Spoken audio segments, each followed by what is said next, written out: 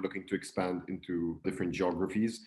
One of the things that you then will need to navigate is understanding the local context. How do you set up a company, the licensing, the regulation around your industry in each territory?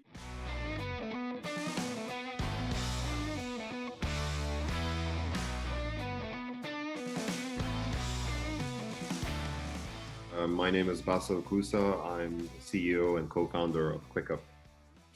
And what do you do at Quiqup? So Quiqup is a on-demand logistics service. We basically serve all types of digital businesses with the ability to deliver to their clients fast. So we power businesses with a 30-minute delivery all the way up to like a same-day delivery and everything in between. We operate across several verticals. So we do everything from like restaurants to all types of retailers, pure play online businesses, and pharmacies. And this fast delivery is becoming more and more important for every type of business. So for people that are unaware, what are some of the difficulties in logistics, particularly in Dubai? Well, I think that like one of the main issues that you see in the Gulf, these are fairly new cities that have been built up quite aggressively and fast over the past decade or so. So you have like very modern infrastructure, so the roads are great. Drivers can get around quite well here, and you can pretty much get anywhere in the city within 20 minutes. However, one of the issues is addressing. So you know how in the UK you've got the postcode system, everybody uses it, it's fairly accurate. You don't really have that here. There are a few systems in place, but nobody really uses them, or consumers aren't aware of their actual address. So that's like one issue that we have to deal with our technology and try to reconcile loosely written addresses into pinpoint accuracy. And another issue is also the fact that you're mainly dealing with high rises. So when our couriers arrive at a location, there's a sort of a different entry point to a building than there is for residents within that building, and there are service lifts as well for these buildings in which couriers and delivery drivers use. That was a very drastic change from us initially starting off in London, where you're dropping off straight at the door, or you're just climbing one or two flights of stairs, and that's it. The flat's right there, and those are the kind of things that we kind of needed to adapt to. Yeah, absolutely. And with these logistical difficulties in place, you can kind of see why a lot of retailers, restaurants, and so on would be keen to outsource it to a company such as yourself. So talk to me a bit about how and why you came up with this product and decided to really have a go at scaling this. Look, just to comment on like what you just said, I think it is not specifically these difficulties that are the reason why retailers and e-commerce players want to work with a company like Quiqup. It is the fact that executing same-day delivery or on-demand delivery at scale profitably, it is something that is very, very difficult. There's lots of like technology that goes into what we do for us to be able to target a certain margin and a certain service level that we provide to our clients, and do that at thousands of orders happening all at once. And that is the essence of our existence. And to answer your question, we first started this business in London, and we started with a consumer marketplace that gave people the ability to get anything delivered to them on demand. And as we grew, we realized that actually there's a very interesting opportunity in enabling non-Amazon businesses to compete better online, and that this concept of quick delivery is the natural trajectory and that consumer expectation is heading towards, further accelerated now even by COVID. And when you look at the options that retailers that don't necessarily have their own logistics infrastructures and fleets and fulfillment centers themselves, the options are limited because the traditional logistics models are not built for for the modern consumer expectation. The traditional sort of like hub and spoke model is not made to be flexible, fast, and in a way that the decentralized model that we apply does. So Quickup's model is built on the premise that our couriers are spread across the entire city, and they're constantly responding in real time to the types of requests that are coming through. And we've built the smart systems and the back end of that that are managing that flow of orders and how drivers need to be moving, where they need to be located at what time, and where are the potential next orders coming from, and how do we mobilize for that. So I hope that answers your question. Yeah, absolutely. And obviously proving the model then in London when you first launched, at what point did you realize, you know what, we've got a real business here and this is something we could really scale? Well, we went on a bit of a journey in London, right? We started off with the consumer business. We realized that we could not get high street brands, the sort of the Tesco's and the H&M's of the world to become part of our marketplace that we were owning. I think that a lot of the high street brands have learned the hard way from Amazon what it means to be disintermediated from your customer. They wanted to own that customer experience. And so what we saw was that the majority of the volumes that Quiqup was delivering in London through its own consumer proposition were basically food delivery orientated. So like a good 85% of the orders were coming through in food delivery. And you know, we didn't start off this business with that as a focus or that as an ambition. And let alone the fact that the food delivery economics aren't exactly very attractive. And so we saw ourselves competing with Deliveroo and eventually Uber Eats without necessarily the focus and ambition to do that. So we kind of like realized that, okay, there's something interesting in the technology that we're building, the operating model that we're building that we can utilize to service these retailers. And interestingly enough, Tesco was one of those retailers that we tried to bring on board as one of our retailers on the marketplace that then became a client that we served as a logistics partner.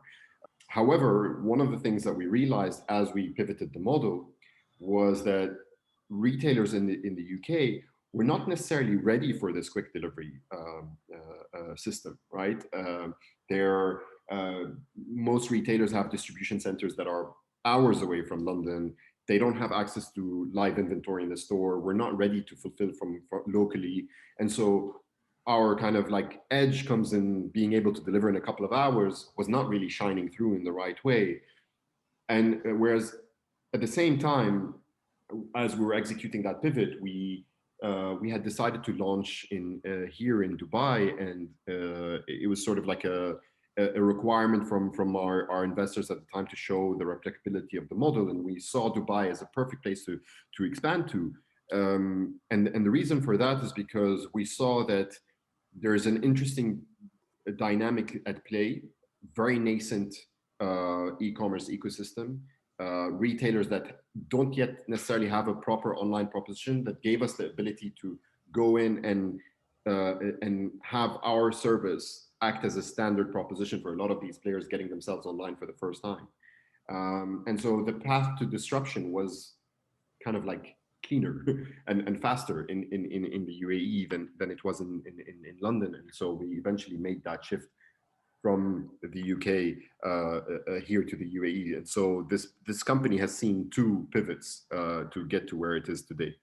And what are the big differences you see in running the business in Dubai? Obviously, you've mentioned things like addresses and things being different, but in terms of actually running the business day to day, how's that different in Dubai to London? It's funny, we were just having this conversation today with someone who's operated in London as well, and we were sharing notes on some of our findings here. One thing for sure is that this is a largely relationship-based market. So you know, when you deal with an enterprise client, you've got to show your face. They've got to see who are the decision makers behind the business, and they need that face time and they need that handholding quite regularly. And and it has its positives and its negatives, but that's a very different thing than what we saw in the UK. In the UK, you're offering a certain service. It's a good service. You get the client, you do some account management, and you can maintain that, right? And that's not how it is here. So you really have to be a lot more. I mean, you always have to be customer centric, but I feel that there's a bit of an added human touch that is required here in terms of how you are customer centric that we did not see in the UK. And do you think that's shifting slightly off the back of the pandemic, when people are a little more used to having conversations like this online and not so much in person? You would think so, but we're having a lot of meetings, socially distant, but we're still having a lot of these meetings. For a certain period of time, a lot of these happen virtually, but physical meetings are coming back. I mean, and people expect that. Yeah, absolutely. And you touched on it very briefly about the investors were looking to see if this was really a model you could carry out in other cities as well. So what have your experiences been of fundraising? A roller coaster. I mean, like a company that has pivoted twice, once having changed complete context, geography. I mean, bringing investors along that ride, there's one hell of a challenge. I mean, that's for sure. But I think that we've had investors that believed in the story, believed in the resilience, in our ability to kind of take the business where it needs to be, and we also fought quite hard and never really gave up along the way. And the resolve is quite important. Now, in terms of fundraising, another challenge that we had is like the change of context. Different kind of investor base in this part of the world than in the UK. So yeah, I mean, it's been an experience. I mean, what would you like to know about it? Well, one of the things you've touched on, the fact that you've had to pivot the business twice. I think that's always really interesting. How did you handle that relationship and that decision with the stakeholders in the business? Communication is like key here. I mean, and you've got to basically engage with your investors, and I did that one by one. We have a fairly large cap table, and I spent time with every single investor along the journey. What's going on? Why we're doing it? What are the metrics? Why do we think there's a future and where we're heading next? And we just like manage that very closely throughout that whole kind of time that we were transitioning the business. So it's just key to keep them in the loop at every step of the way. 100%. And there's always this like tendency for I feel for founders to to focus on the larger investors and start sharing less and less information with the smaller ones. Everyone has that tendency because it's just like human nature. But I think that it's almost the opposite. Like the smaller investors are the ones that like you may get a lot of value out of, and you may end up getting unexpected support from and added investment from that you would have completely disregarded. And I think that it's quite important to like manage the cap table in a balanced way, regardless of shareholding. Absolutely. And what has the investment meant to the business? Obviously, you've expanded internationally. It looks like you've grown the team. How else has the business changed?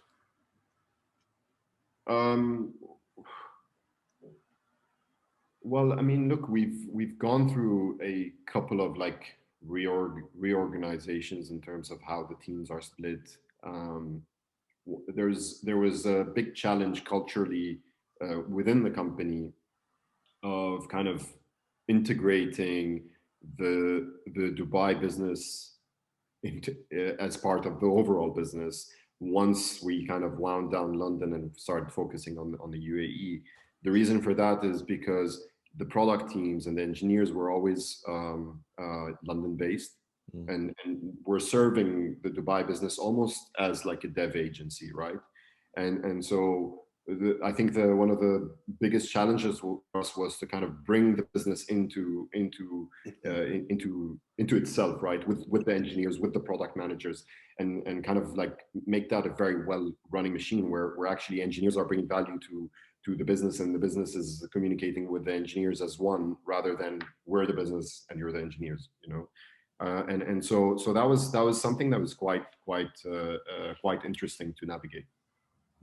And with growing the business at such a rate and pivoting at times and doing the reorgs and so on, what does that mean compliance wise? What are some of the challenges, say, in legal when it comes to growing at this rate?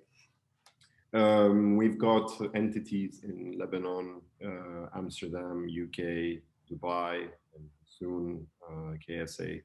One of the challenges is, and it's something that I'm learning at the moment on, is how do you structure the organization from a corporate level, right?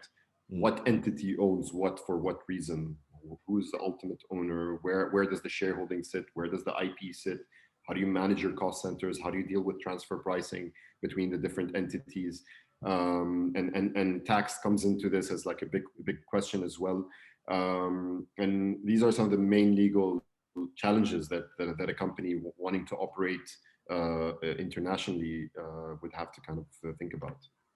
And do they remain as some of the key challenges today? Now you are a little more established and some of these things are in place.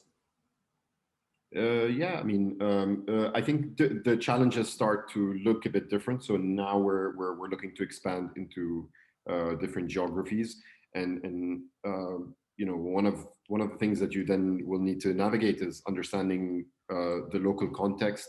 How do you set up a company, the licensing, the regulation around your industry in each territory, and you kind of need that to be something that is frictionless. So you need to figure out a system with your legal team on how do we go on expansions and spit out new territories very fast. Trademark licensing, incorporation, and all of that need to be thought of in a scalable way. So it's really all about being able to understand all of it. It's such a huge topic. It sounds like you're doing a great job of that. So with all this change then, how's that affected your role as the founder in the business? It's constantly changing. I mean, sometimes I'm a psychologist, sometimes I'm a product manager. You know, like sometimes I'm a banker. You know, like you've got to just realize what are the important things at the time and embody them. And your role is like I think that there was a time during the Quickup's trajectory that I actually felt a bit self-conscious about this whole what does the role of a CEO mean, and I wanted to kind of like put it down on paper and it was and I wanted to find some structure within it, and maybe some people can do that. I realized that it just doesn't work because every month I play a different role in the business, and it is what is important at that time that I feel that I need to immerse myself in, and I try to immerse myself as much as possible in the most important thing at the time, while keeping tabs on other areas of the business. And again, we go back to the point on communication. The way to kind of maintain your pulse on the business and alignment is making sure that, you know, you've got these rituals within the company that are sacred. You know, an alignment session between the leadership has to happen for us twice a week, and if you miss it, it's a big deal. You know, and then, you know, we've got different ones for different areas of the business that we have, and they kind of all funnel into one place, and it's all documented, and then that is super important. And I think that, like, you know, you don't realize how important it is until you do it for a period of time, and you commit to it for let's say 6 months, and then you understand, like, you just observe the organization, and everybody starts speaking the same language. And I think that, like, one thing that Quiqup achieved lately, and it was kind of like evident in recent investor conversations, is that this is the first time since we started the company that I can hear every single person say the same things across the board. It's like quite.